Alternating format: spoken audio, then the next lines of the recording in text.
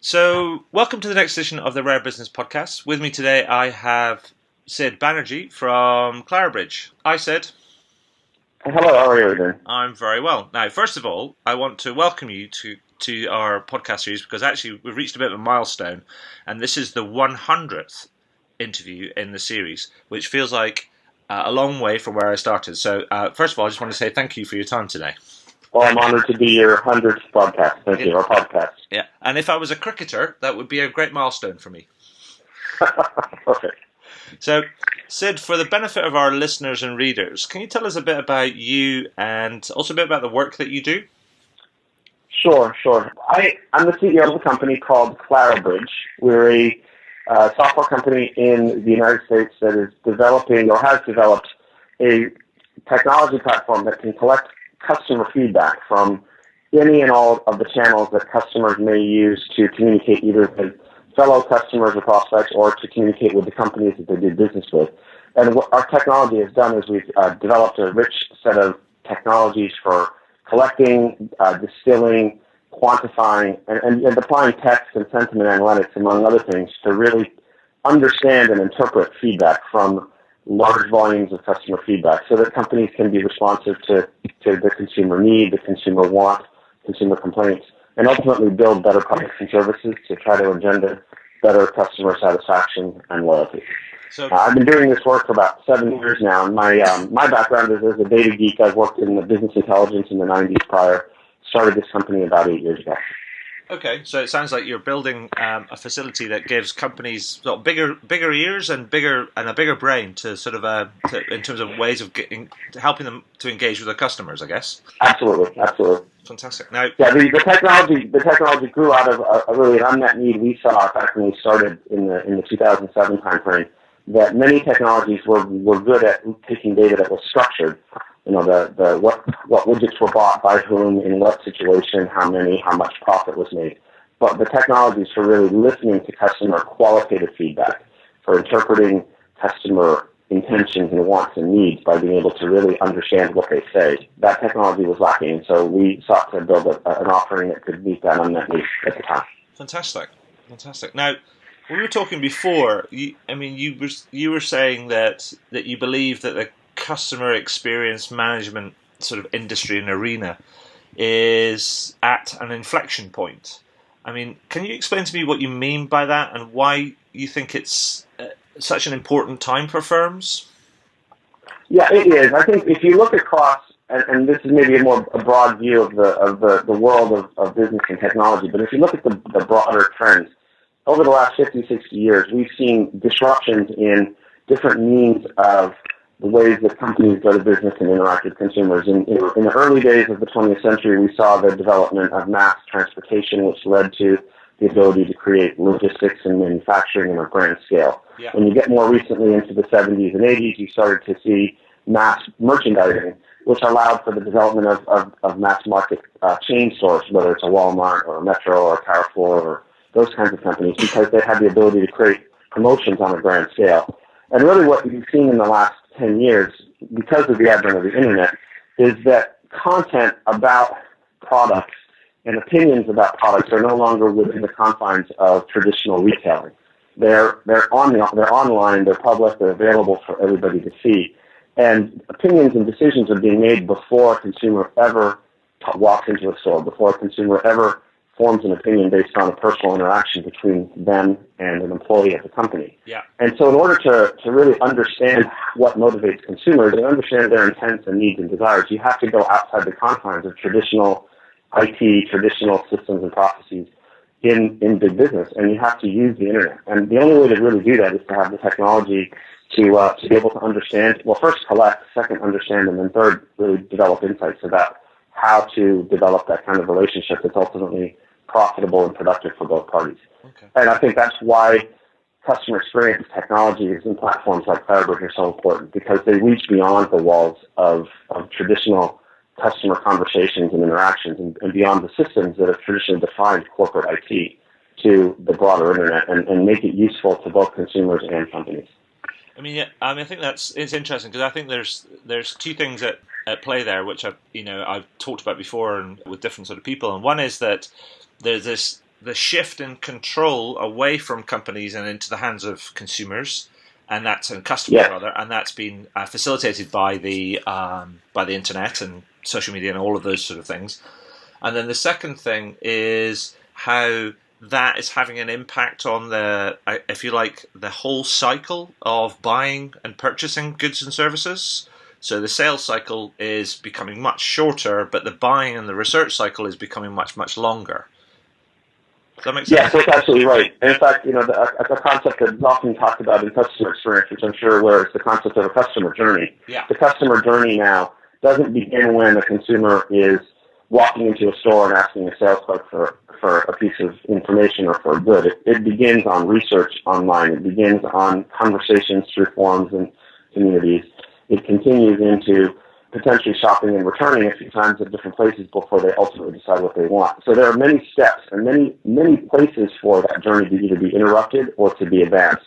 Yeah. And if a company really wants to understand the right information at the right time, they really need to seek context from across all the channels that customers use today. It's no longer about just asking a question in one place or having a single market research study. It's about all the data from all the places to form that holistic understanding of the journey. And that can be kind of real time as well. And that's a bit of a culture shift, because it becomes more continuous and incremental rather than episodic, which is where we've come from as well, I guess. Yeah, that's exactly right. When you look at how the Clarabridge platform is used by our customers today, for instance, it's always on. It's not a once a year, twice a year survey. It's continuous listening from emails, from chats, from surveys, from social media, from communities, from forums, because momentary changes in insights can mean potentially opportunities to make big decisions to improve your relationship with your customers, or to potentially create a situation that drives customers away. And so being able to understand if a competitive threat means people are moving away, or a competitive opportunity means people are going to come to you and taking advantage of that, means being always on and always listening. Excellent. Now, I mean, you're advocating that firms therefore should be leveraging, if you like, the right data from the right sources at the right time in order to drive actionable results. I mean, but I guess my big question is, how do companies do this, and what does it take to do this effectively? Well, it requires really making that commitment to, I think, first, customer experience as an organizational focus, right? And in most companies, if you go back several years, marketing was in one group, sales was in another, support was in another, and then the retail operations that were actually in the brick and mortar stores were yet still another organization. I think the first step is understanding that to truly have a holistic understanding of all those customer touch points, all of the interactions from all those channels need to be shared. And that's partly an organizational realignment, it's partly a technology realignment. Yeah. And we believe technologies like Clarabridge can be that hub for collecting and distilling all of it across channels, and that's very much what we do.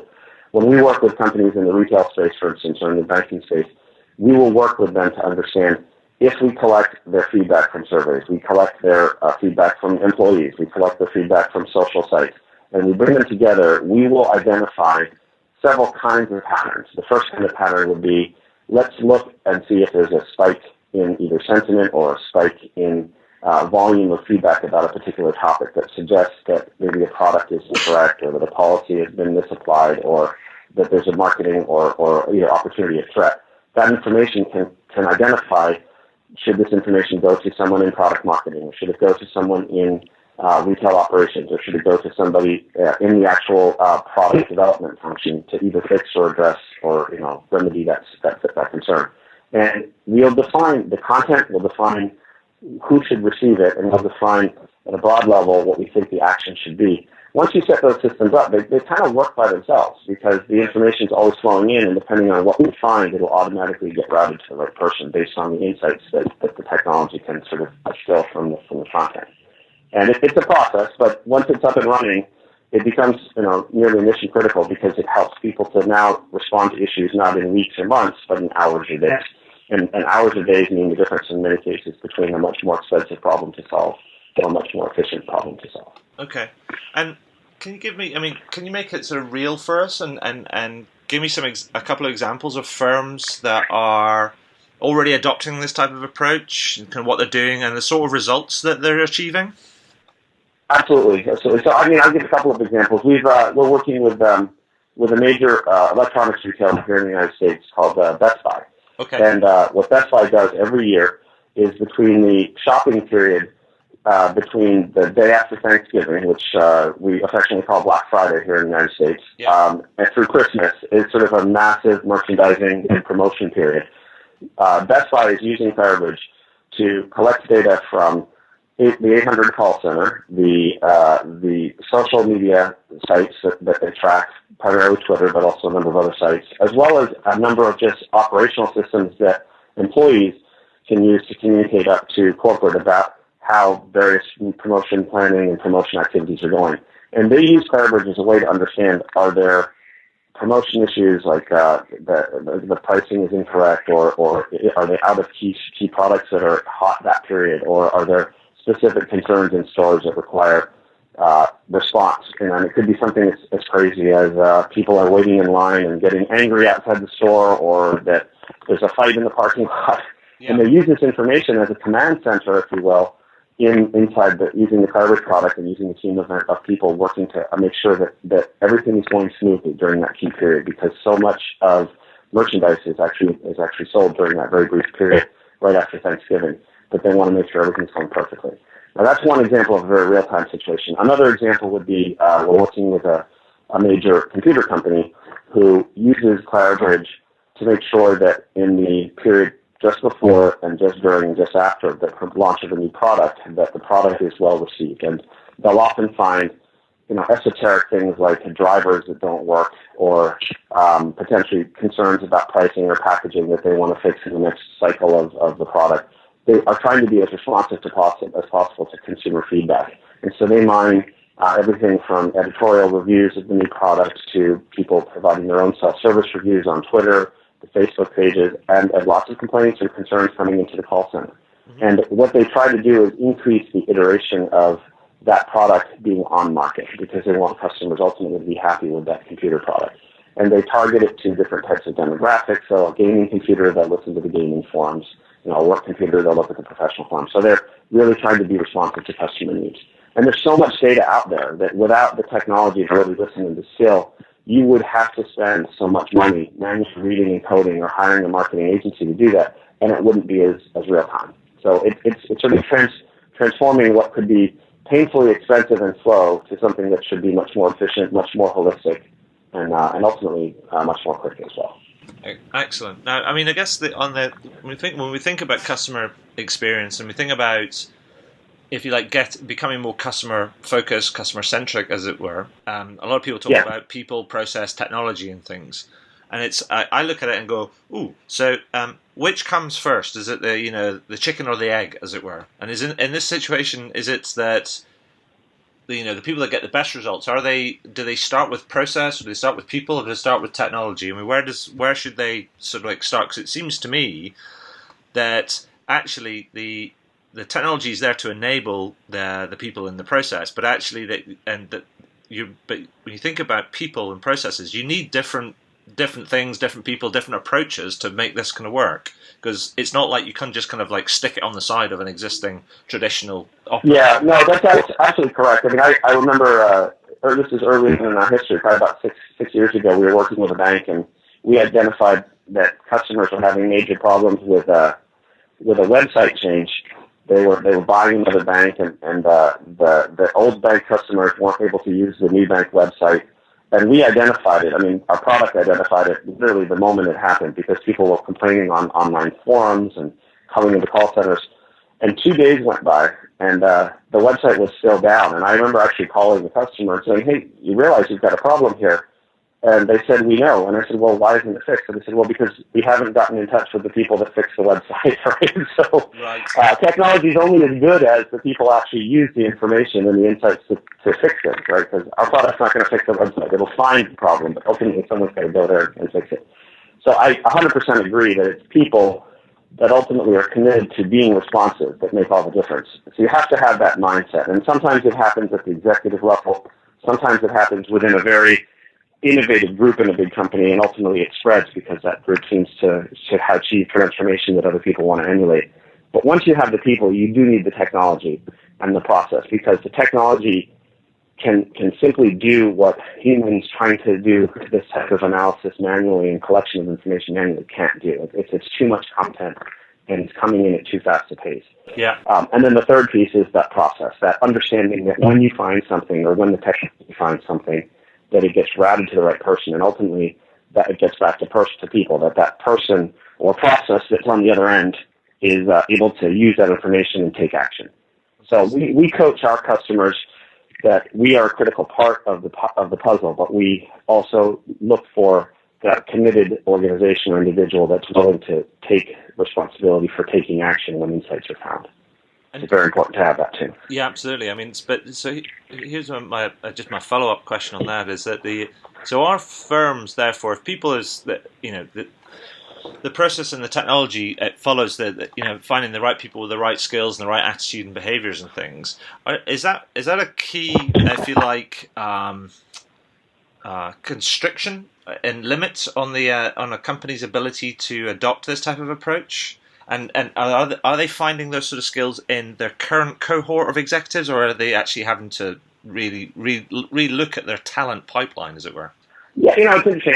I had this conversation with a client just yesterday, actually, and I think the consensus that I've seen coming out of a lot of the customers that we work with is that there are people that have come up in traditional customer care roles who I think get it and are also technically appreciative of the kind of customer experience platforms and how they can help people do their jobs better. So oftentimes the best people in an organization to really advance these kinds of initiatives are folks that at some point in their career have a customer-facing job. Right? Our executive in charge at a major telecom that we work with ran the southeast region of their retail mobile operations for several years before now running this customer experience program. Uh-huh. Same thing, the person that runs one of our major airline clients actually spent many years actually working the call centers and kind of came up through there. But they have an intuitive understanding that the customer is the most important thing, but they also are strong leaders, strong managers, and strong change agents from organizations. I think if you have those people leading initiatives, you can have great success. And then you just need to make sure that you've got the people who are working with the technology and the processes to have a combination of an understanding of the value of good analytic platforms and that customer, just that customer intuitive mentality. They're out there. They're definitely out there. And they're young, they're old, they're 20 years experience, they're right out of college.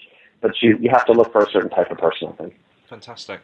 So, I mean, that's fascinating because what it does do is it outlines some of the big challenges that, as we go back and with reference to your initial point or my initial question where I talked about the CEM industry is at an inflection point, but I think actually it's rather than just the industry, it's like every industry is at an inflection point right now. But actually, that you also outlined the fact that one, there's technology there that can help, but two, some of the challenges that firms are going to have to grapple with and wrestle with and get their heads around if they're going to make this kind of change and become more responsive to their customers. So I mean that's brilliant. So thank you for that. But is there anything else that you think that you've seen that you've learned in this particular area that you think actually this is what I'd like to say about this, and this is something that I think firms should think about when they're thinking about adopting this type of approach, or if they're thinking about this type of approach, what are the best first steps that they should take, for example? Yeah, I think one of the lessons that I've learned just working in this intersection of technology and business process for several years now is that companies should often resist the urge to try to go too big too early, right? Right. The interesting thing about customer experience solutions and technology platforms like Clarabridge is you can plug them into the world, right? And that's a very big pipe, all that content from the whole world. Yeah. But very likely you can get early wins if you pick a few important parts of your business and a few important channels of customer interaction to make sure that you achieve that change in an incremental and successful way before you try to take on the whole world. So starting small, having early wins is always important. And that might mean in some cases, if you're working with a customer care group that's really struggling with social, focus on the social. If you're working with a call center group that's struggling under the weight of process change, work with them. Or if you're more in a marketing area, use it to try to make sure that you're more responsive when you're launching a new product or going through a big promotion period. And so once you get those wins, what often happens is these solutions will spread into other parts of the organization because they're intrinsically valuable to more than one function because data is coming from many parts of the business and the insights are useful to also many parts of the business. The second thing I would say is I think the technology is still very much developing because the modes that customers use when they communicate to companies are evolving. 3-4 years ago, everybody thought about Twitter and Facebook and surveys, and that's still a big part of how customers communicate feedback. But increasingly, live chat is a big part of the customer care functions of most companies. I think that audio and actually speech analytics have operated separate from text analytics for many years, but I do think there's a coming convergence of the technologies. And I just would encourage companies and people thinking about this space to just be always open to new technologies, new modes, and means of communication because they're changing. The way that people communicate with each other changes every year. And technologies like ours have to keep up, and they will keep up. And I think that's really interesting because actually what it does do as well is it points to, if you like, a fundamental shift in understanding because many firms, if you think about traditionally how we organize and operate firms, people talk about going through a change process and they talk about transformational change. And it's a bit like quantum mechanics. You go from this point to this point, it's a big step up.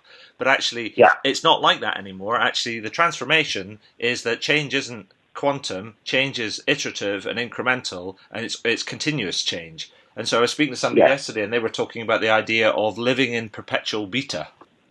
Yeah, I think that it's true. In companies certainly like Google have built products off of that assumption. They seem to never come out of beta because there's always something new to test. I mean, we obviously, running in the corporate world, are very focused on making sure that every release of our product is stable and scalable. But having said that, the rate of, I've been asked in the past, is your product done, right? Are you mostly complete? And I laugh because I say, no, it's not. I mean, we're constantly thinking of new things to do, new features to add, new ways to restructure the way the product interacts with people and with consumers. The other thing that I think is happening is when we started working in a lot of our companies, we with Clarabridge, we were focused on developing technologies that were primarily used by the executives, the planners, the managers who run programming or marketing or product initiatives. And what we're finding is that the content is useful to more of the line managers and even the store managers that are out across the organization and in the field. And so our product is now morphing. It's not just a tool for the corporate user, it's a tool for the operations decision maker or manager. And as you go from corporate analytics to operational response, the product has to become reshaped, right? Because you're not asking 100 questions to figure out what you want to do next year. You're looking at the platform and saying, what do I need to do with these group of customers right now? Sure. And so the form factors change, the use cases change, and we're going to continue to see that. I think that as more and more people embrace customer experience as a way of doing business, regardless of the role you're in, I think the technology will evolve to meet the needs of more and more people. Fantastic. So that's brilliant. So that leads me on to my final question, and that is this. Yeah. Is there anything that you would like to shamelessly plug? I would love to plug one or two things. So every year we have a fantastic user conference. It's called C3 for Clarabridge Customer Connections. It's coming up in late April 28th through 30th in lovely Miami Beach, South Beach at the Fontainebleau Resort. It's a great opportunity, not just for Clarabridge customers, but anybody who has an interest in the customer experience sort of domain, wants to learn more about how these technologies are transforming the way customers and companies communicate, to learn about what we do, what our customers do. It's not simply a vendor conference. It's a great opportunity for just sharing ideas and learning from each other. So I'd love, if anyone has interest, please check it out on the Clarabridge webpage at clarabridge.com. Fantastic. That's brilliant. Sid, it's been great. I really enjoyed that. It's some really good ideas and sort of good thoughts and insights and things that I'm looking forward to sharing with our readers and listeners. So finally, I just wanted to say thank you for your time today. That's been brilliant, and I'll let you know when everything kind of goes live. I appreciate that, Adrian. It was great to talk to you.